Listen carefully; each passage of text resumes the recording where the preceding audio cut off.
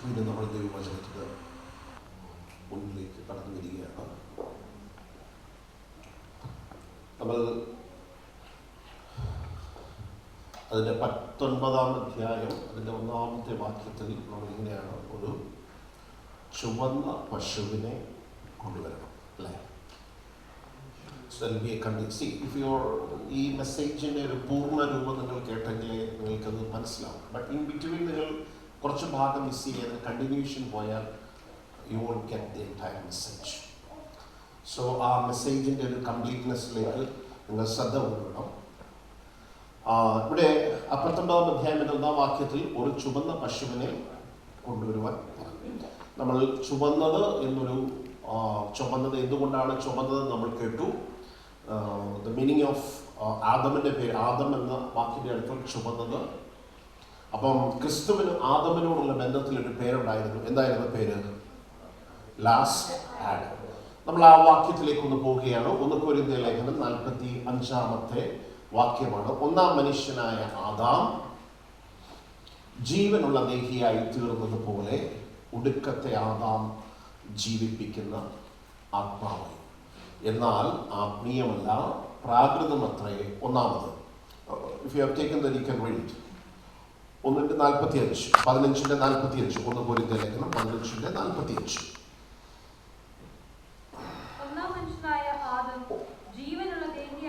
ജീവനുള്ള ദേഹിയായി തീർന്നു എന്ന് എഴുതിയിരിക്കുന്ന പോലെ ഒടുക്കത്തെ ആദാം ജീവിപ്പിക്കുന്ന ആത്മാവായി. ശ്രദ്ധിച്ചു, ഒടുക്കത്തെ Adam ജീവിപ്പിക്കുന്ന. I just give an explanation. What does it mean to be the last Adam? The meaning of the last Adam is Jesus put an end. When he was crucified, he put an end to a cursed genealogy. ഒരു ശപിക്കപ്പെട്ട വംശാവലിക്ക് അവൻ എന്ത് ചെയ്തു? അവസാനം കുറിച്ചു. എന്നിട്ട് അവൻ എന്താ ചെയ്തത്? അടുത്തത് വായിച്ചേ. എന്നാൽ ആത്മീകമല്ല, പ്രാകൃതമത്രേ ഒന്നാമത്, പിന്നത്തേത് വരുന്നു.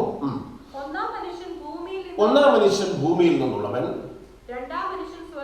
രണ്ടാം മനുഷ്യൻ. നൗ ഈ വാക്യത്തിനകത്ത് the title of Jesus has changed. In the 45th verse, the title is given as Last Adam. എന്നാൽ 46-ാമത്തെ വാക്യത്തിൽ his title has been changed. What is his title in that verse? കർത്താവിന്റെ ടൈറ്റിൽ എന്താ അവിടെ? No, second man. രണ്ടാം മനുഷ്യനാ title. The place, that is reference about the place from where did he came. The title is second man. 45th verse the title last Adam. Now in this verse, what is the title? So what does that speak to you? When he died on the cross, he was the last Adam, end to a cursed genealogy, and he was buried. And he was resurrected on the 3rd day. When he was resurrected on the 3rd day, now the title has changed as second man. What does that second man mean to you? That means now he is the head of a new genealogy. ഒരു പുതിയ വംശാവലിയുടെ തലയാണ്. രണ്ടാം മനുഷ്യൻ എന്ന് പറയും. ഒന്നാം മനുഷ്യൻ ഒരു പഴയ വംശാവലിയുടെ തലയാണ്. യേശു പഴയ വംശാവലിക്കകത്ത് ജനിച്ച് ആ വംശാവലിക്ക് ഒരു അവസാനം കുറിച്ചു, മരിച്ചു, അടക്കപ്പെട്ട് 3-ാം ദിവസം ഉയർത്തെഴുന്നേറ്റപ്പോൾ അവൻ ഒരു പുതിയ വംശാവലിക്ക് അവൻ തലയായി.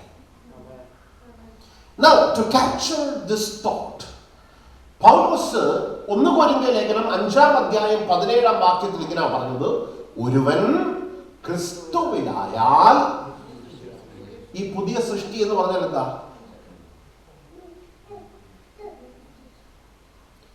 ഒരു പുതിയ വംശാവലിയിലായെന്നാ പറയുന്നത്. ഒരുവൻ ക്രിസ്തുവിലായാൽ അവൻ പുതിയ സൃഷ്ടി എന്ന് പറഞ്ഞാൽ യേശു ക്രിസ്തു തലയായി ആരംഭിച്ച വംശാവലിയെ കുറിച്ചാണ് റെഫറൻസ്. ഒരുവൻ ക്രിസ്തുവിലായാൽ പുതിയ സൃഷ്ടിയായി. പഴയത് കഴിഞ്ഞുപോയി, പഴയതിന് അവൻ അവസാനം കുറിച്ചു. പഴയ വംശാവലിക്ക് എന്ത് ചെയ്തു? അതിന് അവസാനം കുറിച്ചു. അവൻ പുതിയ വംശാവലിക്ക് തുടക്കമിട്ടു. Now, if you want to understand the significance, what I'm trying to take, a backdrop.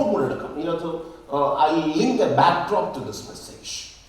It's a very simple thing. When the disciples of John came to Jesus and asked, we and Pharisees do fast, and why don't your disciples fast?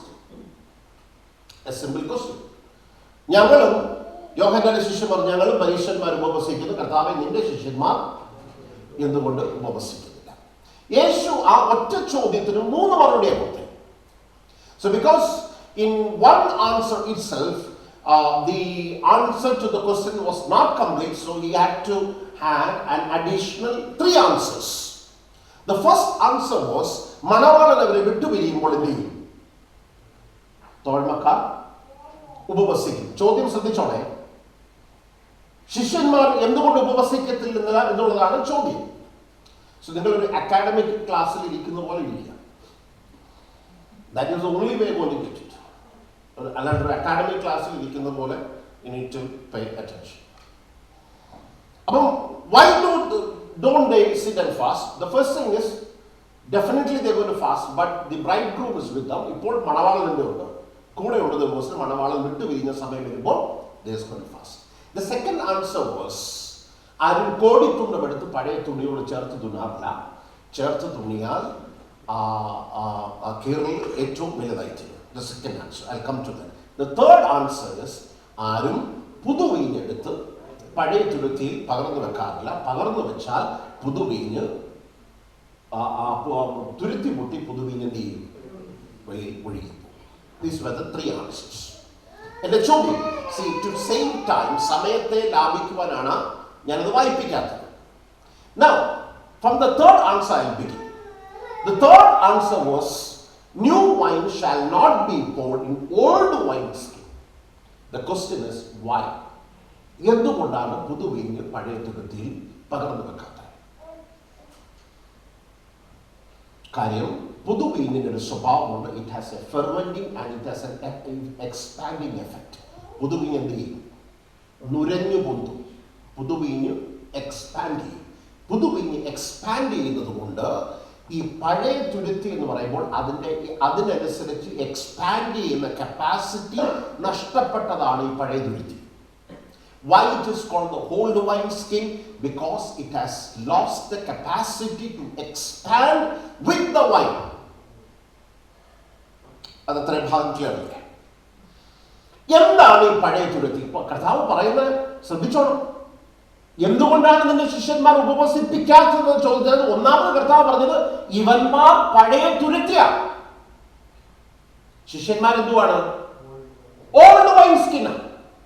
If I make them to fast, അവർ തുരുത്തിയും പൊട്ടിപ്പോകും. അവന്റെ മേൽ പകരപ്പെടുന്നു എന്ത് ചെയ്യും? വെളിയിൽ പോകും. ഇതെന്ത്? ഈ തുരുത്തി എങ്ങനെ പഴയതായത്?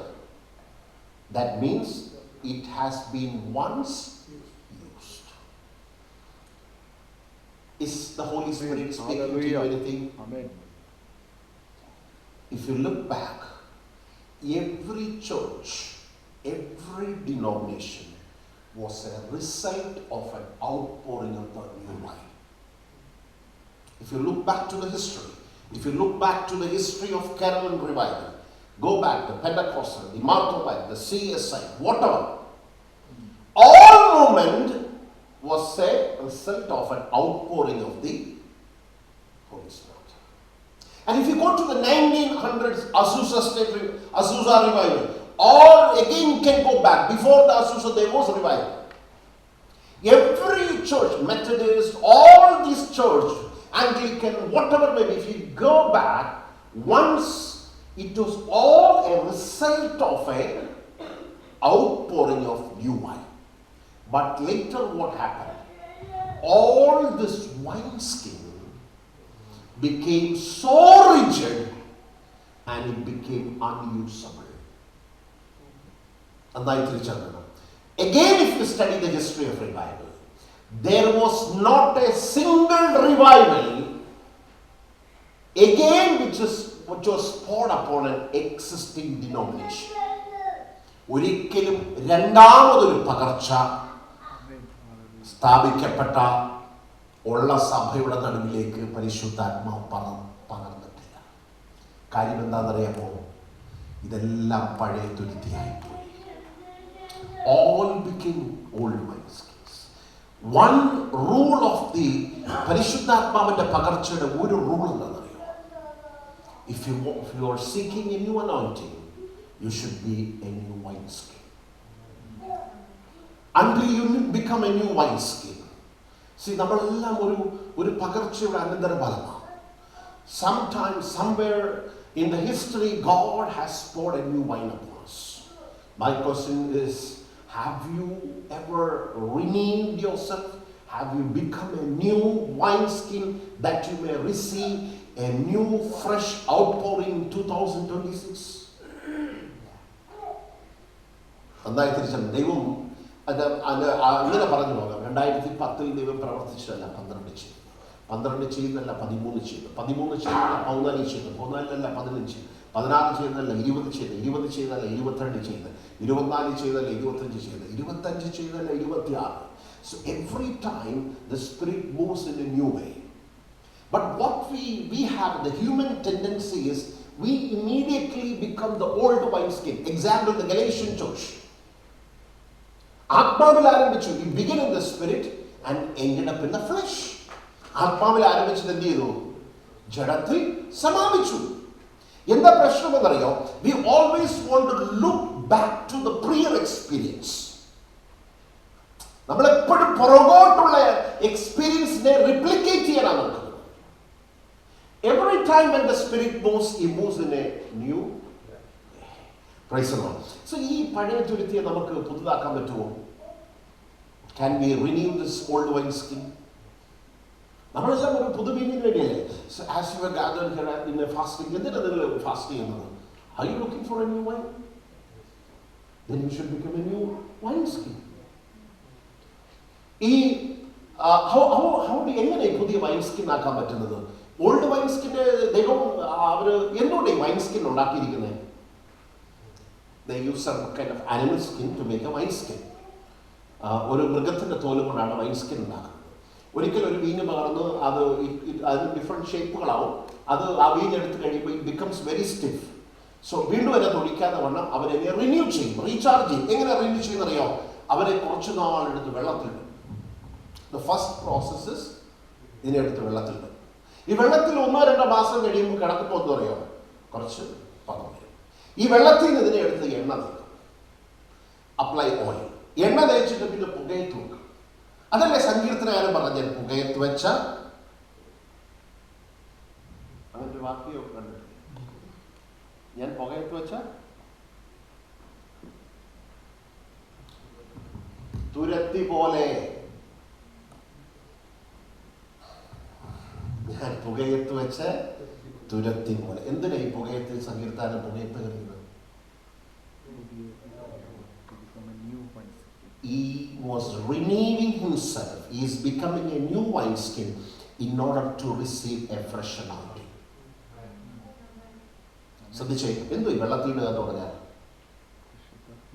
വെള്ളത്തിലിടുക എന്ന് പറഞ്ഞാൽ വചനമാകുന്ന you need to soak yourself in the word of God. Submerge yourself into the word. Whatever doctrines, whatever something has injected to you, നമ്മളെല്ലാം നമ്മൾക്ക് ഈ ഫീഡർ വഴി കിട്ടിയതാണ്. ഇതെല്ലാം കിടക്കുന്നതനുസരിച്ചാണ് നമ്മൾ ബൈബിൾ വായിക്കുമ്പോഴും already my mindset is set to go in a particular way. So whatever I read, it will all this scripture will take shape inside the Pentecostal mold. ഈ എന്തെല്ലാം വായിച്ചാലും നമ്മൾ എന്ത് ചെയ്തറിയേ? നമ്മൾ ഓൾറെഡി സെറ്റ് ചെയ്ത ബൗണ്ടറിക്കകത്തും shape ചെയ്തേ പോകത്തുള്ളൂ. You have to reformat my entire thinking. You have to delete whatever you heard and go fresh into the word. Soak yourself in the word. Submerge yourself into the word. അത് കഴിയുമ്പോൾ കുറച്ചൊക്കെ ഒരു softness വരും. അവിടെ കൊണ്ട് തീരത്തില്ല. അവൻ എണ്ണ തേച്ച് തുരത്തി അല്ലെങ്കിൽ പുകയത്ത് വെക്കുന്നതിന് പകരം go into deep prayer and go into deep fasting. It is a process. If you want a new wine, you have to take yourself within a process. Then you become a new wineskin. Then you ask the Lord to pour a new outpouring. What is every time when a new, see, whenever there is an outpouring of the Holy Spirit moves in entirely different manner. ഇന്നലകൾ പകർന്നപ്പോൾ ഉണ്ടായ രീതിയിലല്ല. That means we become sensitive to the Spirit. That means the Spirit which has been poured out on me can use me in whatever way it wants. ഈ ഒരു കാര്യം മനസ്സിലാക്കുന്നത്, even if it is if your vehicle is a 2005 model or 2006 model, അത് ഓടും. നമ്മളെല്ലാം ഓരോ model വണ്ടികളാണ്. 2005 1974 78 80കളിലൊക്കെ പകർച്ച, 80ൽ കർത്താവ് തൊട്ട് പകർന്നതാ. 80 മോഡൽ വണ്ടി ഇപ്പോൾ ഓടും. പക്ഷേ 2006 ലേറ്റസ്റ്റ് ടെക്നോളജി പെർഫോം ചെയ്യുന്ന പോലെ പെർഫോം ചെയ്യും.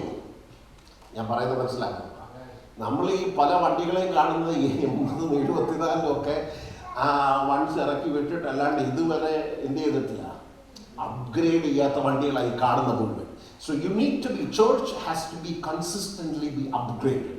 That means we should make ourselves ready for the fresh anointing. If you are made 2025 ഒരു പകർച്ചയ്ക്ക് നിങ്ങളെ തയ്യാറാക്കി പ്രാപിച്ചുവെങ്കിൽ, when it comes to 26 പരിശുദ്ധാത്മാവ് അടുത്ത മൂവ്മെന്റിലേക്ക് തന്നെ again you need to renew yourself, prepare yourself. Then only God can pour His out. Okay, let me leave that subject there.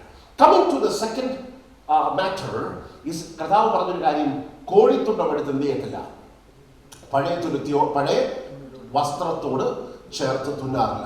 എന്താണ് പഴയ? അപ്പം അതിനകത്ത് കർത്താവ് പറയുന്നൊരു കാര്യം, ഇവന്മാരിട്ടിരിക്കുന്ന വസ്ത്രം എന്തുവാ? എൻ്റെ ശിഷ്യന്മാർ പഴയ തുരുത്തിയാണ്. കർത്താവ് ഇൻഡയറക്റ്റ് പറയാം, ഇവരെല്ലാവരും പഴയ തുരുത്തിയാണ്. ഇപ്പോൾ ഇവന്മാരുടെ ഇതൊന്നും പകരാൻ പറ്റത്തില്ല. രണ്ടാമത് കർത്താവ് പറഞ്ഞത്, ഇവ ഇട്ടിരിക്കുന്ന വസ്ത്രം എന്തുവാ? പഴയ വസ്ത്രം. പഴയ വസ്ത്രം ഇട്ടിരിക്കുന്നത് മാത്രമല്ല, അതിന്റെ വസ്ത്രം മുഴുവൻ കീറലുമാണ്. കോടിത്തുണ്ടോട് ഇമാരെ കൊണ്ട് ഉപവസിച്ച് കഴിഞ്ഞാൽ കോടിത്തുണ്ടത്തിന്റെ ഒരു പീസ് എടുത്ത് ആ പഴയ വസ്ത്രത്തിന്റെ പാച്ച് വർക്ക് തീർക്കുന്നതിന് തുല്യമാണ്. പക്ഷേ വേറൊരു പ്രശ്നമുണ്ട്, കീറൽ വലുതായി തീരും. അത് നിങ്ങൾക്ക് മനസ്സിലാകേണ്ട ഒരു ഗ്രൗണ്ട് ടു എർത്ത് എക്സാമ്പിൾ പറഞ്ഞെങ്കിലേ മനസ്സിലാവും. ഞങ്ങളുടെ അടുക്കൽ ഒരിക്കൽ പുനലൂര് ഒരു ഉപവാസ പ്രാർത്ഥനയുടെ ഒരു അച്ചായനാണ്. അദ്ദേഹം നല്ലൊരു മനുഷ്യനാണ്. അദ്ദേഹത്തിന് ഒരു ചെറിയ പ്രശ്നമുള്ള, അദ്ദേഹം 7 ദിവസം ഉപവാസം കഴിഞ്ഞപ്പോൾ ഒരു വലിയ തീരുമാനമൊക്കെ എടുത്തുകൊണ്ട് പോയി, ഇനി ഞാൻ വീട്ടിൽ പോയി ഭാര്യയോട് വഴക്കുണ്ടാക്കത്തില്ല. അത്ര വേറെ പ്രശ്നമൊന്നുമില്ല. അപ്പം ഭയങ്കര, അതിൻ്റെ അർത്ഥം പുള്ളി ഒരു പീസ് ഓഫ് ക്ലോത്ത് എടുത്ത് അദ്ദേഹത്തിന്റെ വസ്ത്രത്തിലെ കീറിലുള്ള ഭാഗത്ത് എന്ത് ചെയ്തു, പാച്ച് വർക്ക് ചെയ്തു. ഇപ്പൊ കീറിലില്ലാത്ത വസ്ത്രമായിട്ടാണ് വീട്ടിൽ പോകുന്നത്. വീട്ടിൽ പോയി കഴിഞ്ഞപ്പോൾ അങ്ങനെ ഇരുന്നപ്പോൾ കാണാം, അമ്മാമ എന്തൊക്കെയോ പറഞ്ഞു. ഇതൊക്കെ എന്ത് ചെയ്തറിയോ, സ്വോത്രം പറഞ്ഞ് ജയിച്ചു. ഗ്ലോറി ഗ്ലോറി എന്നൊക്കെ പറഞ്ഞ് ജയിച്ചു. കുറച്ചു കഴിഞ്ഞ് 2-3 ദിവസം കഴിഞ്ഞപ്പം വീണ്ടും അന്നേരം 2-3 എക്സ്ട്രാ ഹല്ലേലൂയ സ്വോത്രമൊക്കെ പറഞ്ഞ്. സാധാരണ ഈ മനുഷ്യൻ ഭാര്യ എന്തെങ്കിലും പറഞ്ഞ് അങ്ങോട്ടും ഇങ്ങോട്ടും 2 വർത്താനം പറഞ്ഞ് ഇങ്ങനെ സ്കൂട്ടർ എടുത്തുകൊണ്ട് പോയി, സ്കൂട്ടർ എടുത്ത് പുല്ലൂർ ടൗണിൽ കൂടെ ഒക്കെ ഒന്ന് കറങ്ങി തിരിച്ചു വരുമ്പോൾ ഇദ്ദേഹത്തിന്റെ കോപം മാറും. അത്രേ ഉള്ളൂ, വേറെ പ്രശ്നങ്ങളൊന്നുമില്ല. ഒന്ന് കറങ്ങി വരുമ്പോഴത്തേക്ക് വിഷയം തീരുന്ന. പക്ഷെ ഈ 2 ദിവസവും സ്വോത്രം പറഞ്ഞ് ജയിച്ചു കഴിഞ്ഞപ്പോൾ ഇദ്ദേഹത്തിന്റെ ഉള്ളിൽ ആ പ്രഷർ ഇങ്ങനെ കയറി വന്നു. മറ്റേതങ്ങ് റിലീസായി തീരുമാനം. 3-ാമത്തെ ഒരു ദിവസം അമ്മാമ എന്തോ പറഞ്ഞപ്പം ഈ 2 ദിവസം പിടിച്ചു വെച്ച പ്രഷറെല്ലാം കൂടെ ചീറ്റി പുറത്ത് വന്ന് ചാടി എണ്ണീറ്റ് അമ്മാമയ്ക്ക് ഒറ്റയടി. 30 വർഷമായിട്ട് ഭാര്യയ്ക്ക് നേരെ കൈ ഉയർത്താത്ത അച്ചായൻ അന്ന് ഭാര്യ എന്ത് ചെയ്തു, നേരത്തെ 2 സെന്റിമീറ്റർ കീറലായി, ഇപ്പൊ എത്ര സെന്റിമീറ്റർ കീറലായി?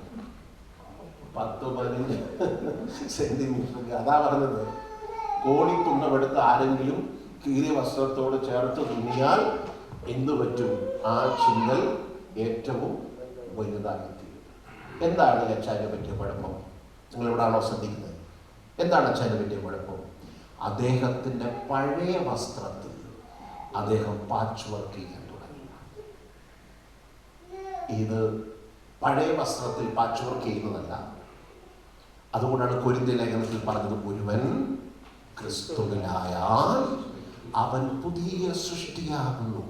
ഒരുവൻ ക്രിസ്തുവിലായാൽ പുതിയ വംശാവലിക്കകത്താകുന്നു. പഴയ വസ്ത്രത്തിൻ്റെ കീറിയ പഴയ വസ്ത്രത്തെ വീണ്ടും തുന്നിയും വീണ്ടും പാച്ച് വർക്ക് ചെയ്തിടുന്നതല്ല. രണ്ട്, പഴയ തുരുത്തിക്കകത്ത് പുതുവീന് പകരുന്ന ക്രമവുമല്ല. ഒരുവൻ ക്രിസ്തുവിലായാൽ ഈ ബിക്കം സംതിങ് ന്യൂ. പഴയത് കഴിഞ്ഞുപോയി. കർത്താവ് ക്രൂശിൽ ഒരു വംശാവലിക്ക് അവസാനം കുറിച്ചു, മരിച്ചു, അടക്കപ്പെട്ട് മൂന്നാം ദിവസം ഉയർത്തെഴുന്നേറ്റപ്പോൾ ഒരു പുതിയ വംശാവലിക്ക് അവൻ തലയായി ഉയർത്തെഴുന്നേറ്റു. ഈ പഴയ വംശാവലിക്ക് കർത്താവ് അവസാനം കുറിക്കുമ്പോൾ actually he was paying back every debt we have made. ഇവൻ ഈ വംശാവലിക്ക് അവസാനം കുറിക്കുന്നതിന് മുമ്പേ നമ്മൾ വരുത്തിവെച്ച സകല കടങ്ങളും അവൻ എന്ത് ചെയ്തു? ആ വംശാവലിയിൽ തീർക്കേണ്ടി വന്നു. He had to pay back all the debts. ഇതിനെ നമുക്ക് 1, 2, 3 രീതിയിൽ ഇതിനെ ഡീപ്പായി ഇറങ്ങി പഠിക്കാൻ പറ്റും. നമുക്ക് 2 വംശാവലിയാണ് നൽകിയിരിക്കുന്നത്. ഒന്ന് മത്തായിയുടെ സുവിശേഷത്തിലെ ഒരു വംശാവലി, 2 ലൂക്കോസിന്റെ സുവിശേഷത്തിലെ വംശാവലി. മത്തായിയുടെ സുവിശേഷത്തിലെ വംശാവലി ആരംഭിക്കുന്നത് അബ്രഹാമിന്റെ പുത്രനായ അബ്രഹാമിന്റെ പുത്രനായ ദാവീദിന്റെ പുത്രനായ യേശു ക്രിസ്തുവിന്റെ വംശാവലി. According to Matthew, Jesus is the representative of the Abraham. അബ്രഹാമിന്റെ സന്തതിയുടെ പ്രതിനിധിയാണ്. ഒന്ന് ശ്രദ്ധിച്ചോളെ. According to Matthew, കർത്താവായ യേശു ക്രിസ്തു അബ്രഹാമിന്റെ സന്തതിയുടെ പ്രതിനിധിയാണ്. ബട്ട് അങ്ങനെ ആയിരുന്നെങ്കിൽ, ഒരു വംശാവലിയെ ഉള്ളായിരുന്നെങ്കിൽ, we actually have no claim upon Jesus. But when it comes to the Gospel of Luke, whole genealogy goes back to Adam, and Jesus is portrayed as the representative of Adamic race. That means യേശു ക്രൂശിൽ മരിക്കുമ്പോൾ ആദമിൽ നിന്ന് ജനിച്ച സകല വ്യക്തികളുടെയും പ്രതിനിധിയായി അവൻ ക്രൂശിൽ മരിച്ചു. So when he was crucified as last Adam, he was crucified as my representative. One thought. അതിനകത്ത് കുറച്ചുകൂടെ ഡീപ്പിലേക്ക് പോകാം. I will leave it there. രണ്ടാമത്തെ ചിന്ത നിൽക്കുന്നത്, why did he has to be born in that Adamic race എന്ന് ചോദിച്ചാൽ, എബ്രായ ലേഖനത്തിൽ ഇങ്ങനെ പറയുന്നത്, മക്കൾ ജഡരക്തങ്ങളോട് കൂടിയവനാകൊണ്ട് താനും ജഡരക്തങ്ങളോട് കൂടിയവനായി വന്ന് മരണാധികാരിയായ പിശാചിനെ തോൽപ്പിച്ചു. അതിന്റെ അടുത്ത വാക്യത്തിൽ അവന്റെ സഹോദരന്മാരോട് അവൻ സകലത്തിലും എന്താകേണ്ടി വന്നു? അനുരൂപമാകേണ്ടി വന്നു. That is written in Hebrews. ഞാൻ എന്താണെന്നറിയോ സ്പെസിഫിക്കലി വായിക്കാത്തത്? It will take a long time.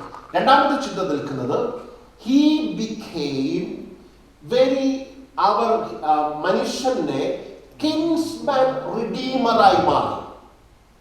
മനുഷ്യന്റെ ഏറ്റവും അവൻ മനുഷ്യ സ്വരൂപം എടുത്ത് എന്താന്ന് വെച്ചാൽ നമ്മളുടെ വീണ്ടെടുപ്പുകാരനായി തീരുവാനാണ്. ഇനി അതെന്താണെന്ന് മനസ്സിലാക്കണമെങ്കിൽ ഇങ്ങനെയാണ് പറഞ്ഞു പോകുന്നത്. I won't take any scriptures.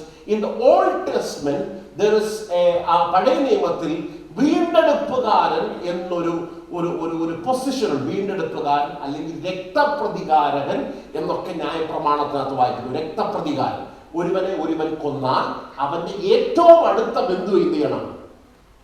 അവന് വേണ്ടി രക്തപ്രതികാരം ചെയ്യണം. That is in the book of Leviticus. If a person comes and commits a murder, then his closest relative has to follow the murder and kill him. ആ വീണ്ടെടുപ്പുകാരന്റെ ഒരു ദൗത്യമാണ്. രണ്ടാമത്തെ വീണ്ടെടുപ്പുകാരന്റെ രണ്ടാമത്തെ ദൗത്യം എന്ന് പറഞ്ഞാൽ, ഞാൻ ദരിദ്രനായി തീർന്ന് എന്റെ സമ്പത്തെല്ലാം വിറ്റുപോയെന്ന് വെച്ചു. I have sold everything. എന്റെ ഏറ്റവും അടുത്ത റിലേറ്റീവിനെ എനിക്ക് വേണ്ടി എന്ത് ചെയ്യാൻ പറ്റും? അതിനെ വീണ്ടെടുക്കാൻ പറ്റും. മൂന്നാമത്തെ ഈ വീണ്ടെടുപ്പുകാരന്റെ ഉത്തരവാദിത്വം, എനിക്ക് ഒരു വ്യക്തി വിവാഹം കഴിച്ചു, മക്കൾ ഉണ്ടാകാതെ മരിച്ചുപോയി. ഈ വീണ്ടെടുപ്പുകാരൻ എന്ത് ചെയ്യണം? ആ ഭാര്യയെ തന്റെ ഭാര്യയായി എടുത്ത് സഹോദരന് വേണ്ടി മക്കളെ ഉൽപ്പാദിപ്പിക്കണം. അപ്പൊ 3 കാര്യമാണ് വീണ്ടെടുപ്പുകാരൻ ചെയ്യേണ്ടത്. കിൻസ്മാൻ റിഡീമർ, അതിന്റെ ഹീബ്രു പദമാണ് ഗാഡ്. 20 തവണ ദൈവത്തെ ഗാഡ് എന്ന് വിളിക്കുന്നു. ഗാഡ്, വീണ്ടെടുപ്പുകാരൻ എന്ന് വിളിക്കുന്നത്. 3 duties. One is he has to revenge, അല്ലെങ്കിൽ ശത്രുവിനോട് എന്റെ ഏറ്റവും അടുത്ത അവൻ പ്രതികാരം ചെയ്യണം. 2, ഒരുവൻ നഷ്ടപ്പെടുത്തിയാൽ അവന്റെ വസ്തുവകൾ വീണ്ടെടുക്കേണ്ടത് ഏറ്റവും അടുത്ത റിഡീമറാണ്. 3, അവൻ മക്കളില്ലാതെ മരിച്ചു പോയാൽ ആ റിഡീമറിന്റെ ഉത്തരവാദിത്വമാണ് ആ സ്ത്രീയെ വിവാഹം കഴിച്ചു മക്കളെ ഉൽപ്പാദിപ്പിക്കാൻ. നമ്മളിത് ബോവസിനോടുള്ള ബന്ധത്തിൽ കാണുന്നുണ്ട്. രൂത്തിന്റെ ഏറ്റവും അടുത്ത ബന്ധുവായി വേറൊരു ബന്ധു ഉണ്ടായിരുന്നു. ആ ബന്ധു കൈയൊഴിഞ്ഞപ്പോൾ ആരാണ് റൂത്തിനെ വിവാഹം കഴിച്ചത്? ബോവസാണ് വിവാഹം കഴിച്ചത്. ശ്രദ്ധിച്ചേ, കർത്താവായ യേശു ക്രിസ്തു മനുഷ്യ അവൻ രൂപമെടുത്തു, അല്ലെങ്കിൽ അവൻ ജഡരക്തങ്ങളോട് കൂടിയവനായി വന്നു എന്ന് പറഞ്ഞാൽ അവൻ നമ്മുടെ ഏറ്റവും അടുത്ത ബന്ധുവായെങ്കിൽ മാത്രമേ എനിക്ക് വേണ്ടി ഒരു വീണ്ടെടുപ്പ് സാധ്യമാകൂ. I don't know how many of you got this message. He have done 3 things. എന്റെ ശത്രുവിന്റെ തലയെ അവൻ ക്രൂശിൽ തകർത്തു. Whatever the devil has stolen, he has taken back from me. And finally, he took me as his bride. ഇത് ഇത്രയും ഭാഗത്ത് വാക്യങ്ങൾ എടുത്തു പോയാൽ 20 or 40 minutes. അതോടെ കട്ട് ഷോർട്ട് ആയിട്ട് ഞാൻ പറഞ്ഞത്. സോ മക്കൾ ജഡരക്തങ്ങളോട് കൂടിയവനായി താനും ജഡരക്തങ്ങളോട് കൂടിയെന്ന് പറഞ്ഞാൽ he became my closest. He is the closest because if he stayed, അവൻ ദൈവമായിരുന്നെങ്കിൽ he couldn't do these 3 things. Closest relative never do. He became the very closest relative to humankind. ഒരു വാക്യം ഒന്ന് വായിച്ചു. സങ്കീർത്തനം 69:4.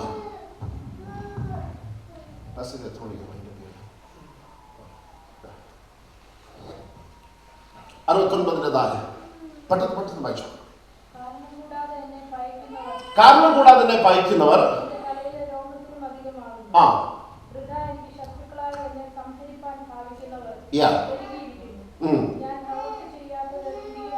ഞാൻ കവർച്ച ചെയ്യാത്തത്. ഇവിടെ ഇനി ഒന്ന് പെട്ടെന്ന് ശ്രദ്ധിച്ചേ. ആര് കവർച്ച ചെയ്തു, ആര് തിരികെ കൊടുത്തു? ആരാ കവർച്ച ചെയ്തത്? ആരാ തിരികെ കൊടുത്തത്? തിരികെ കൊടുത്തത് കർത്താവാണ്. തിരികെ കൊടുത്തത് ആരാ? കവർച്ച ചെയ്തത് ശത്രു കവർന്നതിനെ കുറിച്ചല്ല പറയുന്നത്. ആരാ കവർച്ച ചെയ്തത്? ഒരു വാക്യം റോമൻസ് 5:12. ഏകമനുഷ്യനാൽ പാപവും പാപത്താൽ മരണവും, ഏകമനുഷ്യനാൽ പാപവും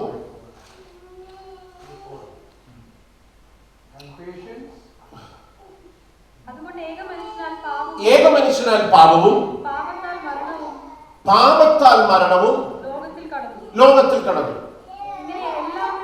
ഇങ്ങനെ എല്ലാവരും എങ്ങനെ പാപം ചെയ്യാൽ സകല മനുഷ്യരിലും മരണം വരുന്നു. നിങ്ങൾ ആ വാക്യം ശ്രദ്ധിച്ചോ? ഏകമനുഷ്യനാൽ പാപവും പാപത്താൽ മരണവും ലോകം. ഇങ്ങനെ എല്ലാവരും പാപം ചെയ്തെങ്ങനെ? എല്ലാവരും കൂടെ പാപം ചെയ്തെങ്ങനെ?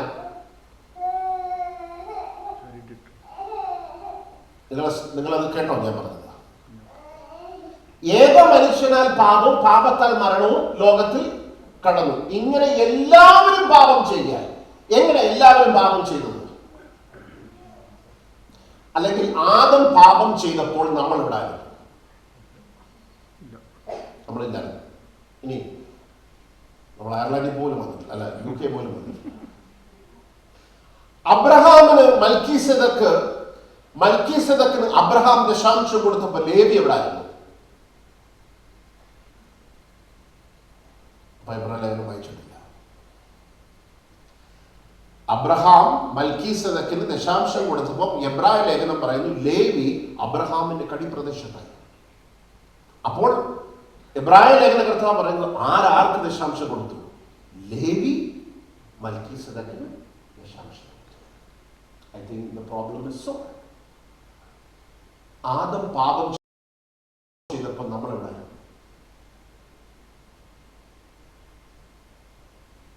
എന്നിട്ട് മനസ്സിലായി,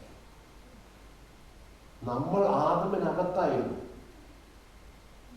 ഏക മനുഷ്യനാൽ പാപവും പാപത്താൽ മരണവും ലോകത്തിൽ കടന്നു. ഇങ്ങനെ സകലരും പാപം ചെയ്താൽ മരണം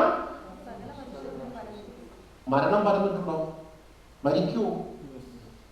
എന്തുകൊണ്ടാണ് മരിക്കുന്നത്? ആര് ചെയ്തു?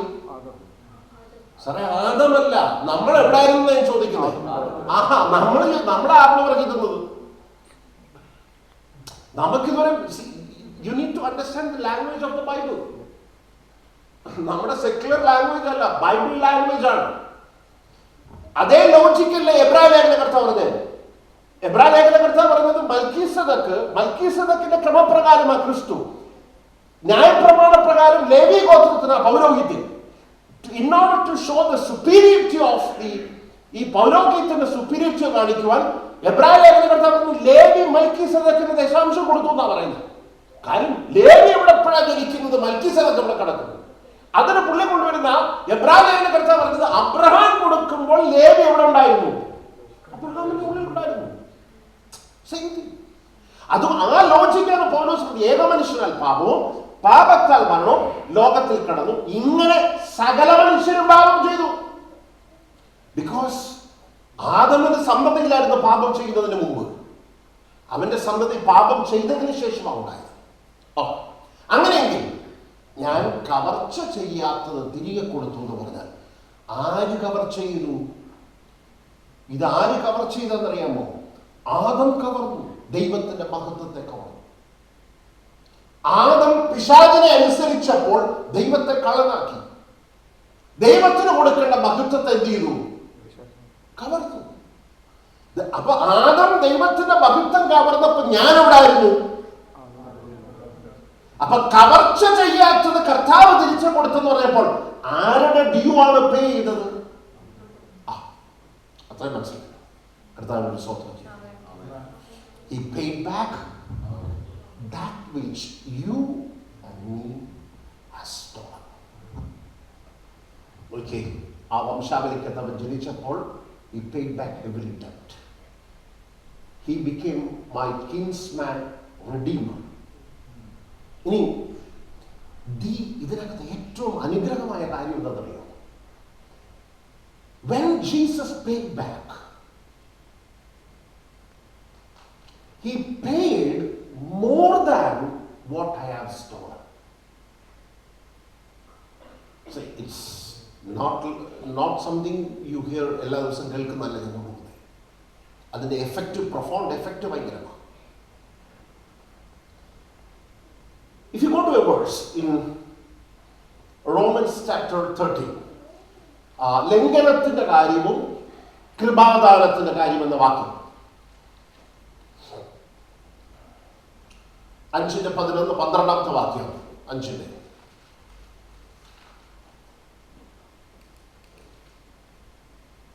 വായിച്ചു.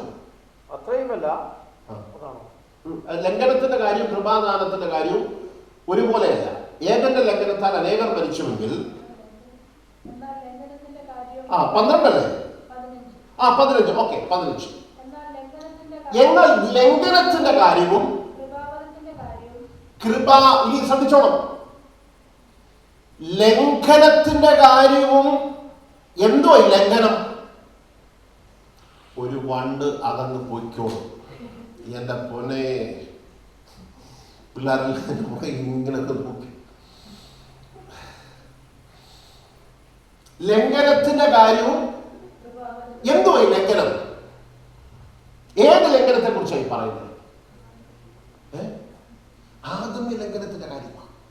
കൃപാദാനത്തിന്റെ കാര്യം ഏത് കൃപാദാനത്തിനെ കുറിച്ചായി പറയുന്നത്?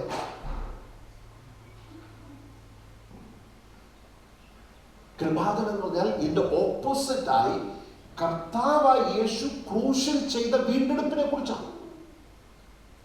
ലംഘനം, ആദമ്യ ലംഘനം, നമ്മുടെ ലംഘനം. ആദമ്യ ലംഘനവും കർത്താവായ യേശു ക്രിസ്തുവിന്റെ ദാനവും ഒരുപോലെയല്ല. നിങ്ങൾ ഈ വാക്യം എന്താ പൗലോസ് എഴുതിയെന്ന് മനസ്സിലാകത്തില്ല. ഏകന്റെ ലംഘനത്താൽ അനേകർ മരിച്ചുവെങ്കിൽ, അടുത്ത വാക്യം ഒന്ന് വായിച്ചേ. ദൈവകൃപയും ഏകമനുഷ്യനായ കൃപയാലുള്ള ദാനവും. ഡിഫറൻസ് ഒന്ന് പിടിക്കാൻ പറ്റുമോ? അതിനകത്ത് ഡിഫറൻസ് ഏറ്റവും കവിഞ്ഞു. എനിക്ക് കവിയണമായിരുന്നു, എനിക്ക് നഷ്ടപ്പെട്ടത് എനിക്ക് തിരിച്ചു കിട്ടിയ പോരാ. Think in that manner. That's, see what depth Paul is writing. Paul is telling the offense and gift is not the same. The gift is more than what I have lost. Because നമുക്ക് കിട്ടാൻ പോകുന്നത് എടുത്ത് പഠിച്ചു നോക്കിയപ്പോൾ ആദമിന് നഷ്ടപ്പെട്ടതല്ല എനിക്ക് കിട്ടാൻ പോകുന്നത്. ഈ ഒരിക്കലും നിങ്ങൾ ഇതിന് ഈ വാക്യം മനസ്സിലാകണമെങ്കിൽ നിങ്ങൾ ഒരു വാക്യം കൂടെ, ലേവ്യ പുസ്തകത്തിലെ ഒരു വാക്യം കൂടെ മനസ്സിലാകുന്നത് വായിക്കാം. ലേവ്യ പുസ്തകം 5-ാം അധ്യായം 15-16 കൂടെ വായിക്കാതെ കിട്ടത്തില്ല. ലെവിറ്റിക്സ് 5:15-16 അകൃത്യ യാഗത്തെ കുറിച്ചാണ് പറയുന്നത്. അകൃത്യം 5 തരത്തിലുള്ള അകൃത്യമുണ്ട്. 4ാമത്തെ അകൃത്യം ഒരുവൻ. I think it's better, let them read in Malayalam. ആരെങ്കിലും യഹോവയുടെ വിശുദ്ധ വസ്തുക്കളെ സംബന്ധിച്ച് ഇനി ഒന്ന് ശ്രദ്ധിച്ചോളെ. ഇത് 5 അകൃത്യമുണ്ട്. There are 5 trespasses and this is the 4th trespass. ഇവിടെ എന്തോ വിശുദ്ധ വസ്തുക്കളെ സംബന്ധിച്ച്, what is holy things? എന്തോ വിശുദ്ധ വസ്തുക്കൾ? 1-2 വിശുദ്ധ വസ്തുക്കളുടെ പേര് പറയാൻ പറ്റും. Holy things. വിശുദ്ധ വസ്തുക്കളെ സംബന്ധിച്ച്, if somebody commits an offense, it is the ordinance of restitution. So what is the holy things? ആരാധന, പ്രൈസ്, മഹത്വം, ഇത് ആർക്കുള്ളതാണ്? അതല്ല ഹോളി തിങ്സ്. ദശാംശം, അതിന് സ്വതന്ത്രം. So silent. So ദശാംശം, സ്വതന്ത്രാഴ്ച, ഹോളി തിങ്. ആരെങ്കിലും വിശുദ്ധ വസ്തുക്കളെ സംബന്ധിച്ച് ദൈവത്തിന് ബിലോങ് ചെയ്യുന്ന വസ്തുക്കളാകല്ല. ഒഫൻസ് ചെയ്താൽ എങ്ങനെ റെസ്റ്റിറ്റ്യൂട്ട് ചെയ്യേണ്ടത്? ഒന്നാമത് വായിച്ചേ. തന്റെ അകൃത്യത്തിന് വിശുദ്ധ മന്ദിരത്തിലെ തൂക്ക് പ്രകാരം ആട്ടുകൊറ്റനെ കൊടുക്കണം. വിശുദ്ധ മന്ദിരത്തിലെ തൂക്ക് പ്രകാരം നീ മതിക്കുന്ന ആട്ടുകൊറ്റനെ കൊടുക്കണം. C very important. എല്ലാം മിസ് ചെയ്താൽ ഇത് മിസ് ചെയ്യാം. വിശുദ്ധ വസ്തുക്കളെ സംബന്ധിച്ച് ഒഫൻസ് ചെയ്താൽ വിശുദ്ധ മന്ദിരത്തിലെ തൂക്കം, എന്റെ കാൽക്കുലേഷൻ അല്ല, വിശുദ്ധ മന്ദിരത്തിലെ തൂക്ക് പ്രകാരം നീ കൽപ്പിക്കുന്ന ആട്ടുകൊറ്റൻ. നമ്മൾ എന്തുവാ ദൈവത്തിന്റെ കവർന്നേ? ആദം കവർന്നപ്പോൾ നമ്മൾ എന്തോ കറന്നു? വിശുദ്ധ വസ്തുക്കളെ, ദൈവത്തിന് കൊടുക്കേണ്ട മഹത്വത്തെ കവർന്നു. അതിന്റെ ബദലായ വിശുദ്ധ മന്ദിരത്തിലെ തൂക്ക് പ്രകാരം യഹോവയായ ദൈവം കൽപ്പിച്ച ആട്ടുകൊറ്റനാണ്. പൂരിപ്പിക്കാമോ? അത് നിങ്ങൾ പൂരിപ്പിക്കണമായിരുന്നു. കർത്താവായ യേശു ക്രിസ്തു. മനസ്സിലാക്കുന്നുണ്ടോ? വാട്ട് ഹാഡ് വിശുദ്ധ വസ്തുക്കളെ നമ്മൾ കവർന്നതാണ്.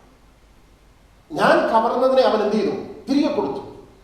നമ്മൾ കവർന്നത് വിശുദ്ധ ദൈവത്തിന് കൊടുക്കേണ്ട മഹത്വത്തെ കവരാതിരുന്നപ്പോൾ അതിന്റെ ബദലായി വിശുദ്ധ മന്ദിരത്തിലെ according to the standards of heaven ദൈവം കൽപ്പിച്ച ആട്ടുകൊറ്റനാണ് കർത്താവായ യേശു ക്രിസ്തു.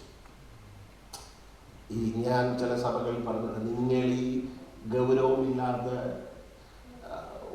ഈ ഒരു ആത്മീയ അന്തരീക്ഷമല്ല അതിന്റെ സീരിയസ്നെസ്സിൽ നമ്മൾ എടുക്കുന്നു. അതിനകത്ത് വേണമെങ്കിൽ മനസ്സിലാവുന്ന ഒരു ചിത്രം ഞാൻ പറയാം. If you take the offence, വിശുദ്ധ നമ്മൾ കമ്മിറ്റ് ചെയ്ത ഒഫൻസിനെ ഒരു ത്രാസിൻ്റെ ഒരു സൈഡിൽ വെച്ചു. ആൻഡ് ഇറ്റ് ഈസ് ആ സൈഡിലെ ത്രാസ് എന്ത് ചെയ്തു? ആൻഡ് അതർ സൈഡ് ഈ ലോകത്തുള്ള സകല മൃഗങ്ങളെയും, യാഗം കഴിക്കാൻ പറ്റുന്ന മൃഗങ്ങളെയും കാഴ്ച വസ്തുക്കളെയും, the entire wealth of the world എവിടെ കയറ്റി വെച്ചു? On the other side. But the way did not tilt. അതെന്ത് ചെയ്തില്ല? ചലിച്ചില്ല. The offence was so great. എന്നിട്ട് ഇതിന് ബദലായി വിശുദ്ധ മന്ദിരത്തിലെ തൂക്കുപ്രകാരം യഹോവയെ ദൈവം കൽപ്പിച്ച ആട്ടുകൊറ്റനായ കർത്താവായ യേശു ക്രിസ്തുവിനെ അപ്പുറത്ത് കയറ്റി. Now you look into the scale, weight scale നിങ്ങൾ നോക്കി. അതിപ്പോൾ ബലാബലമല്ല. ബലാബലമല്ല. That was more. ആ സൈഡായിപ്പം അതിൻ്റെ അർത്ഥം ഞാൻ കമ്മിറ്റ് ചെയ്തതിനെക്കാട്ടിലും എക്സ്ട്രായും കൂടെ അധികം ചെയ്തത്.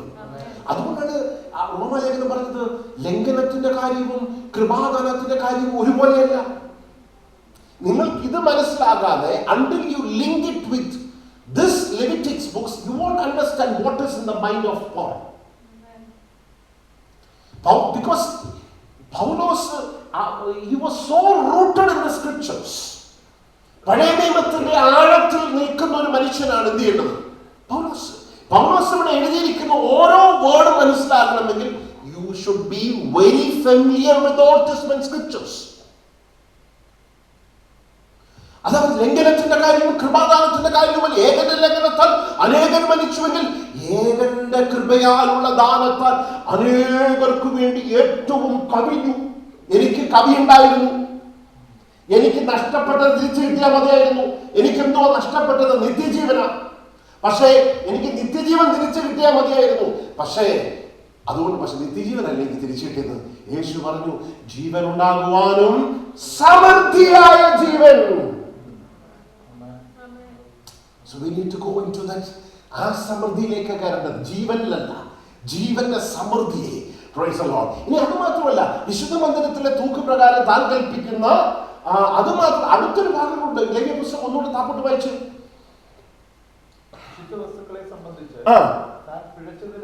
താൻ പിഴച്ചതിന് പകരം മുതലും ഇനി ശ്രദ്ധിച്ചേ, 5 ഇത് വിശുദ്ധ മന്ദിരത്തിലെ തൂക്ക് യഹോവയായ ദൈവം കൽപ്പിച്ച ആട്ടുകൊറ്റനാണ് കർത്താവായ യേശു ക്രിസ്തു. അവിടെയും തീർന്നില്ല, അടിയിലത്തെ വാക്യത്തിലാണ് കിടക്കുന്നത്. താൻ പിഴച്ചതും മുതലും 5-1 ചേർത്ത് കൊടുക്കണം. അതിന്റെ അർത്ഥം 100 രൂപ ഞാൻ മോട്ടിച്ചു, 5-1 എത്ര? 20. അപ്പം കർത്താവിൽ നിന്ന് 100 പൗണ്ട് മോട്ടിച്ചാൽ 100 പൗണ്ട് ആട്ടുകൊറ്റന്, പിന്നെ 20 പൗണ്ടും കൂടെ. ഇത് വലിയ നഷ്ടക്കച്ചവടം കേട്ടോ. നമുക്കിപ്പോൾ തൽക്കാലം തോന്നും മോട്ടിച്ചതൊരു ചെറിയ ലാഭമാണ്. പക്ഷേ ലോങ് റണ്ണിൽ അത് മുഴുവൻ കണക്കും അവൻ എഴുതിയെടുക്കും.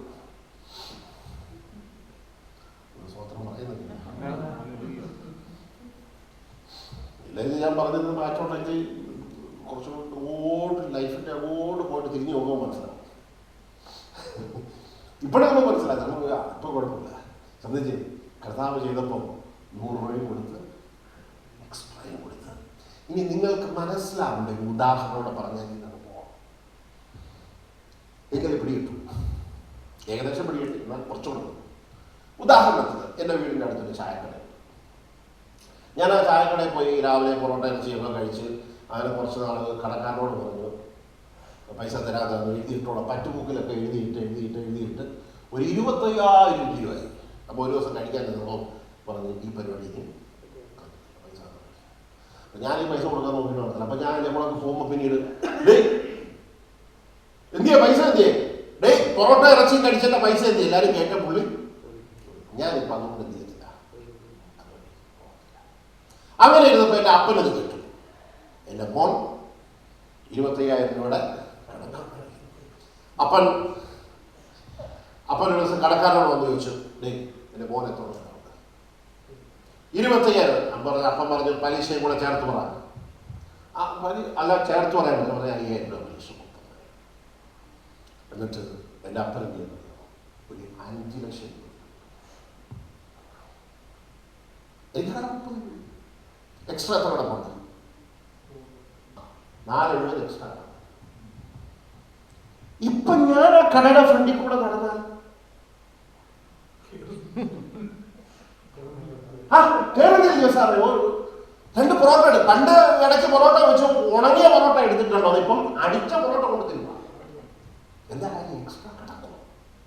വല്ല മനസ്സിലാവുന്നില്ല. നിങ്ങളുടെ അപ്പം പേ ചെയ്തപ്പോഴേ എക്സ്ട്രാ പേ ചെയ്ത, പക്ഷെ നിങ്ങളുടെ കടക്കാരനെ വിളിച്ചോടിക്കൊണ്ടിരിക്കുക. മനസ്സിലാക്കുന്നവർക്കായി സ്തോത്രം ചെയ്യുക. ഈ സങ്കീർത്തനക്കാരൻ ഈ പാനപാത്രം എടുത്തിട്ട് പറഞ്ഞു, ഞാൻ രക്ഷയുടെ പാനപാത്രം എടുത്ത് യഹോവയോട് നിലവിളിക്കും. അങ്ങനെയല്ലേ സങ്കീർത്തനക്കാരൻ പറഞ്ഞു. ദാവീദ് ഈ കൃപ തിരിച്ചറിഞ്ഞിട്ട് പറയാം, എന്റെ പാനപാത്രം നിറഞ്ഞു കവിയുക. മനസ്സിലാക്കുന്നുണ്ടോ? ഓവർഫ്ലോയിങ്. നമ്മൾ ആ റോമാലേഖനം 5 താപ്പോട്ട് പഴയുമ്പോൾ നീതിദാനത്തിന്റെയും കൃപയുടെയും സമൃദ്ധിയിലേക്കും ഏറ്റവും അധികം ജീവനിൽ വാഴും. ആ സ്ക്രിപ്ചർ മുഴുവൻ എടുക്കാൻ സമയമില്ലാത്തതുകൊണ്ടാണ്. The redemption of Christ is in surplus. It is more than what I had lost. For example, കർത്താവിന്റെ റെസ്റ്റിറ്റ്യൂഷൻ നിമിത്തം എനിക്കെന്തോ തിരിച്ചു കിട്ടാൻ പോകുന്നത്. What I'm going to get back. നമ്മളിനി ഏതനാണ് കിട്ടുന്നത്?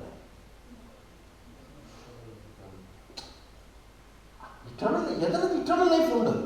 ഇത് സമൃദ്ധിയായതാ. എനിക്ക് ഇറ്റേണൽ ലൈഫ് മതിയായിരുന്നു. കർത്താവ് റിസ്റ്റോർ ചെയ്തപ്പം എനിക്കെന്തോ തിരിച്ചു കിട്ടുമായിരുന്നു. ഇറ്റേണൽ ലൈഫ് ആയിരുന്നു തിരിച്ചു കിട്ടും. പക്ഷെ ഇറ്റേണൽ ലൈഫ് ആണോ തിരിച്ചു കിട്ടുന്നത്? അത് മനസ്സിലാകണമെങ്കിൽ ആദം പാപം ചെയ്തില്ലായിരുന്നെങ്കിൽ നമ്മളിപ്പോൾ എവിടെ ആയിരുന്നേ? അവളെ ഏതനെ ആപ്പിളും ഒക്കെ പറിച്ചു നിന്ന് ഇങ്ങനെ ഏതനെയും കൂടെ ഇങ്ങനെ പലരും തിരിയുമായിരുന്നു. നമുക്കിനിയും ഏതനാണോ തിരിച്ചു വരുന്നത്? എന്തോന്ന് പറയും പൗലോസ് പറയുന്നത്?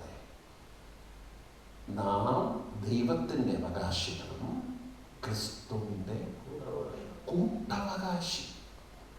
ആദം ക്രിസ്തുവിന്റെ കൂട്ടവകാശിയല്ല. ഇനി ക്രിസ്തുവിന്റെ കൂട്ടവകാശിയാണെന്ന് പറയുമ്പോൾ നിങ്ങളുടെ ഉള്ളിൽ ചലിക്കണമെങ്കിൽ ആദ്യം അവന്റെ ആസ്തിയെ കുറിച്ചൊരു ബോധം വേണം. ഇപ്പൊ ഞാൻ പറയുക, നിങ്ങളെ അദാനിയുടെ അല്ലെങ്കിൽ അംബാനിയുടെ 4ാമത്തെ പുത്രനായി കൂട്ടവകാശിയാക്കുക എന്ന് പറഞ്ഞാൽ അയ്യോ, കാര്യം എന്താ? അംബാനിയുടെ ഏകദേശം എത്ര ട്രില്യൺ മില്യൺ ആണെന്നുള്ളതിൻ്റെ ഫോർബ്സ് മാസികയ്ക്കകത്തൊക്കെ വന്നിട്ടുണ്ട്. ഇപ്പൊ പറയാം എലോൺ മസ്കിന്റെ കൂട്ടവകാശിയാക്കുക. പക്ഷെ കർത്താവിന്റെ കൂട്ടവകാശിയാക്കുക എന്ന് പറയുമ്പോൾ നമ്മൾ അനക്കമില്ലാത്തതിന്റെ കാര്യം അറിയാമോ? അവന്റെ ആസ്തിയെ കുറിച്ച് ഫോർബ്സ് മാസികയ്ക്കൊന്നും വന്നിട്ടില്ല. You should understand. നാം അവന്റെ രാജ്യത്തിന്റെ കൂട്ടവകാശിയാക്കുക. അതല്ല, നാം അവന്റെ മഹത്വത്തിന്റെ കൂട്ടവകാശിയാകുക. We are going to share the throne. ഈ ത്രോൺ എന്നൊക്കെ പറഞ്ഞാൽ ഇനി സംഭവിക്കാൻ പോകുന്ന കാര്യങ്ങളെ കുറിച്ച് നമുക്കാകെ നമ്മൾ എല്ലാ പാസ്റ്റർമാരും പറയും സ്വർഗത്ത് പോവാം. സാറേ, സ്വർഗത്ത് പോകുന്നൊന്നുമല്ല പദ്ധതി. ദൈവത്തിന്റെ പ്രോഗ്രാം ഇങ്ങനെ അങ്ങ് കിടക്കുക. അവന്റെ രാജ്യത്വത്തിന്റെ വർദ്ധനവയ്ക്ക് ഒരു അവസാനമില്ല. So you need to have a clear understanding what is going to happen in the future. Why ക്രിസ്തുവിന്റെ കൂട്ടവകാശി എന്നത് മാറ്റർ ചെയ്യുന്നു നമുക്ക് അറിയണം. ആദം ക്രിസ്തുവിന്റെ കൂട്ടവകാശി അല്ലായിരുന്നു. ഇനി അതുപോലെ റിലേഷൻഷിപ്പ് സ്ട്രക്ചർ തന്നെ മാറിപ്പോയി. ആദമിനെ സംബന്ധിച്ച് ദൈവമാരായിരുന്നു, സ്രഷ്ടാവുമാണ്. ഇപ്പൊ നമ്മളെ സംബന്ധിച്ചോ, നമ്മുടെ സ്രഷ്ടാവുമാണ്, വീണ്ടെടുപ്പുകാരനാണ്. See the relationship dimension is changing. ഒന്നുകൂടെ ബന്ധം മറ്റൊരു തലത്തിലേക്ക് പോവുക. Adam was only, he was the creator. പക്ഷെ ഇന്ന് നമുക്ക് ക്രിയേറ്റർ മാത്രമല്ല, he is the one who has redeemed and he is the one who forms us. നിർമ്മിച്ചവനൊരു ഭാഗം കിടപ്പുണ്ട്. ഞാൻ അതിലേക്കൊന്നും പോകുന്നില്ല. ആ ഭാഗം എടുത്തു മനസ്സിലാവും. 3 കാര്യമായി: created, redeemed, formed us. Adam എങ്ങനെയാണോ ആദമനെ കളിമണ്ണ് കൊണ്ട് ഈ ഷേപ്പ് നിർമ്മിച്ചത് എന്നതൊരു പ്രക്രിയ നമ്മൾ നടത്തുന്നുണ്ട്. അപ്പം ഞാനും ദൈവവുമായിട്ടുള്ള ബന്ധം ആദമിനില്ലാത്ത ഡെപ്തുകളിലേക്ക് പോവുകയാണ്. ഇത് മാത്രമല്ല, ഞാൻ അൽവായിരുന്നു ഇതിനകത്ത് കുറച്ച് ഇങ്ങനെ പോകാൻ പറ്റും. Jesus put an end to the old creation, dead, and when he was resurrected, he became the head of a new genealogy. We need to exit the old creation. How do you exit the old creation? The only way to exit a creation is you need to die. You need to die in the old creation. അവന്റെ മരണത്തോട് ഞാൻ അനുഭവപ്പെടണം. And Paul said, I'm crucified with Christ. Romans 6 says, അവന്റെ മരണത്തോടെ ഏകീഭവിക്കുമെങ്കിൽ അവന്റെ പുനരുദ്ധാനത്തോടെ ഏകീഭവിക്കും. Until you die on the old creation, you cannot experience Christ in the new creation. And മറ്റൊരു version പൗലോസ് ഉപയോഗിക്കുന്നത് പഴയ മനുഷ്യനെ അവന്റെ പ്രവൃത്തികളോട് ഉരിഞ്ഞു കളയണം. Because the old nature belongs to the old creation. You cannot take the old man with you and enter into the new creation. I have to, എൻ്റെ പഴയ വസ്ത്രത്തെ, that needs a little bit explaining, but I won't go through it. എൻ്റെ പഴയ മനുഷ്യനെ ഉരിഞ്ഞു കളഞ്ഞു. നിങ്ങൾ അവിടെ മരിക്കുക മാത്രമല്ല, you can only born into the new creation. അതുകൊണ്ടപ്പോൾ കർത്താവ് പറഞ്ഞത് വീണ്ടും ജനിക്കുന്നില്ല. You have to die in the old creation, born into the new creation. അങ്ങനെയാണ് നാം ദൈവത്തിന്റെ വീട്ടുകാരും അവനെനിക്ക് പിതാവുമാകുന്നത്. So death is very important to exit the old creation, to born again into the new creation. That is very important. Probably I may touch it tomorrow. I don't know. Let me conclude this way. In the old creation, whatever has failed,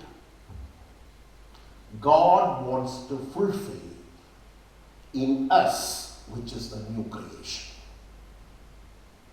എന്നു പറയാം, പഴയ വംശാവലിക്കകത്ത് failed ആയത് മുഴുവൻ പുതിയ വംശാവലിയായി നമ്മളിൽ നിവർത്തിക്കുവാൻ കർത്താവ് താല്പര്യപ്പെടുന്നു. The first thing what Jesus does, ആദ്യം ആദമിനെ സൃഷ്ടിച്ചപ്പോൾ അവന്റെ മേൽ എന്ത് ചെയ്തു?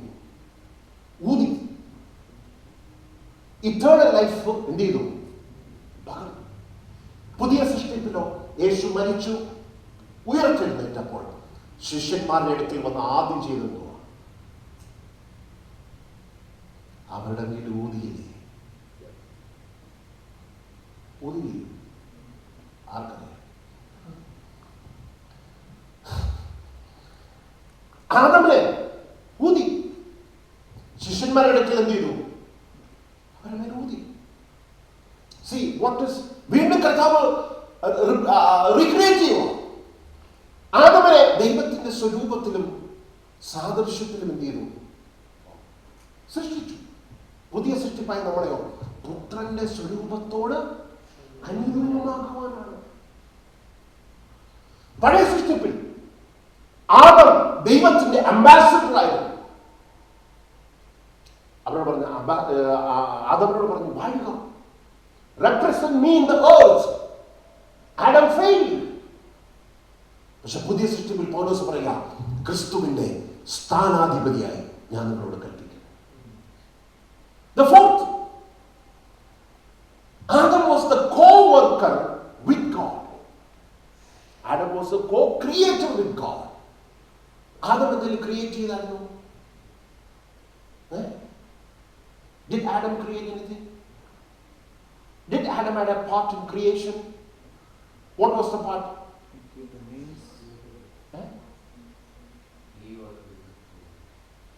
He didn't create it. I'll tell you what he did. God created the whole animals and sent Adam to name it.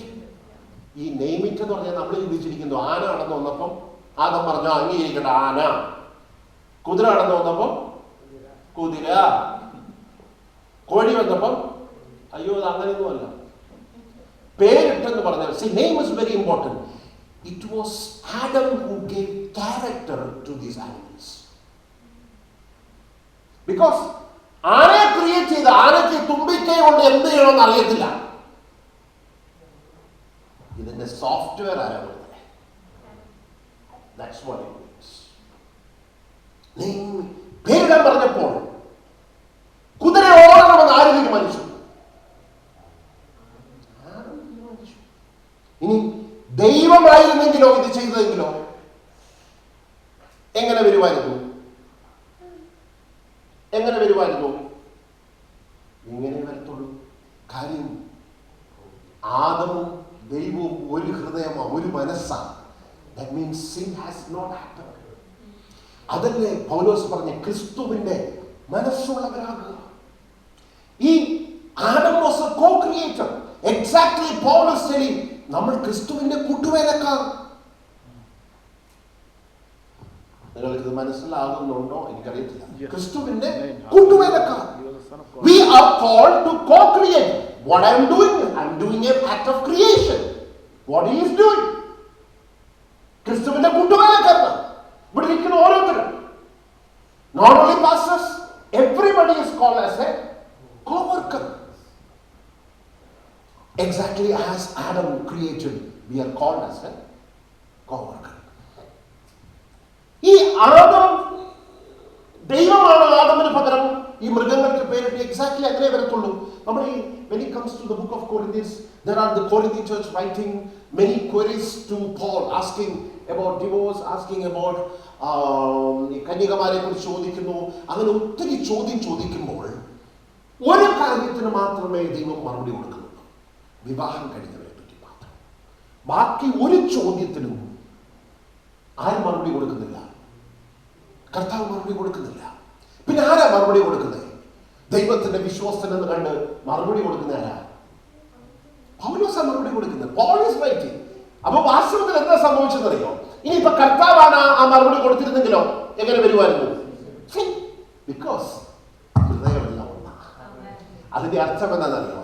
ഇന്നോർഡർ നമ്മൾ വിചാരിക്കും ഈ പ്രവചിക്കണമെങ്കിൽ ഈ അന്യഭാഷയൊക്കെ പറഞ്ഞാൽ if you have the same mind of Christ, നീ പറയുന്നതും കർത്താവിന്റെ ശബ്ദം തന്നെയാണ്. കരങ്ങളെടുത്ത് കർത്താവ് നന്ദിയുടെ സ്വന്തം. So the final thought is God saw Adam without a partner. അത് പറഞ്ഞു ഈ പാർട്ട്ണർ ഇല്ലാതിരിക്കുന്നത് ശരിയല്ലെന്ന് പറഞ്ഞു പാർട്ട്ണറെ കൊടുത്തു. നമുക്കൊരു പാർട്ട്ണറെ തന്നിട്ടുണ്ടോ? ക്രിസ്തു എന്ന ഏക പുരുഷന് നിർമ്മല കന്യകയായി നമ്മളെ. That means എന്തെല്ലാം everything which has been old creation പരാജയപ്പെട്ടത് നമ്മളിലൂടെ ദൈവം നിവർത്തിക്കുവാൻ താല്പര്യം. എന്റെ ചോദ്യം, ഈ പുതിയ സൃഷ്ടിപ്പിൽ നിങ്ങൾ ഇതൊക്കെ നിവർത്തീകരിക്കുന്നുണ്ടോ? ദൈവം നിങ്ങൾ എതിരെ വിളിച്ചപ്പോൾ മനസ്സിലായോ? ദൈവത്തിന്റെ ഒരു കോ ക്രിയേറ്ററാണ്, ക്രിസ്തുവിന്റെ കൂട്ടുവേലക്കാരനാണ്, ക്രിസ്തുവിന്റെ അംബാസിഡറാണ്, അവന്റെ സ്വരൂപത്തെ വെളിപ്പെടുത്തുവാൻ. അതുകൊണ്ടാണ് പൗലോസ് പറഞ്ഞത് അവന്റെ പുത്രനെ എന്നിൽ വെളിപ്പെടുത്തുവാൻ അവൻ ഇച്ഛിച്ചപ്പോൾ. That is the ultimate aim. So whatever Christ Jesus put an end to an old creation, and dead rose and become a head to a new creation. In a natural birth, we know which part of the body comes out first. തലയാണ് പുറത്തു വരുന്നത്. തലയായവൻ പുറത്തു വന്ന് അപ്പുറത്തേക്ക്. ശരീരമായ നമ്മൾ ഓരോരുത്തരും ആ തലയോട് ചെയ്യുവാൻ കണ്ടുപിടിക്കണം.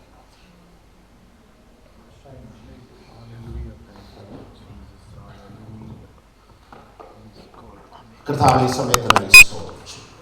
ഒരുമിച്ച് തിരുമുഖത്തേക്ക് നോക്കുന്നു. I think you have communicated with us. ഞങ്ങളെ വിളിച്ചിരിക്കുന്ന വിളിയുടെ ഡെപ്ത് ഇന്ന് പകൽക്കാലം ഞങ്ങൾക്ക് തിരിച്ചറിയുവാൻ കൃപ നൽകിയിരിക്കുന്ന കൃപയ്ക്കായി സ്തോത്രം. The redemption, the atonement of Christ is more than what I need.